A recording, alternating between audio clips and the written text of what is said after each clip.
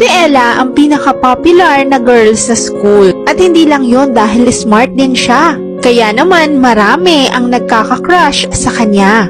Isang araw dumating si Ryan, transferee siya. Pero lagi siyang pinagtatawanan ng mga classmates niya. Isang araw nga habang kinukulit siya ng mga ito ay bigla siyang pinagtanggol ni Ella. Pagkatapos nun ay naging magkaibigan sila. Pero nung nasa school bus sila ay bigla na lamang nagpanik si Ryan at gustong bumaba.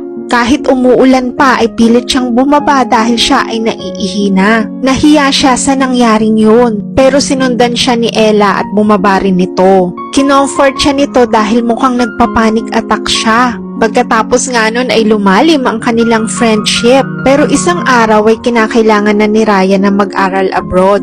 May iniwan siyang puzzle kay Ella. Lumipas ang maraming taon, nakareceive si Ella ng email. Galing ito kay Ryan at nung nagkita na sila ay nagulat siya dahil sobrang gwapo na nito.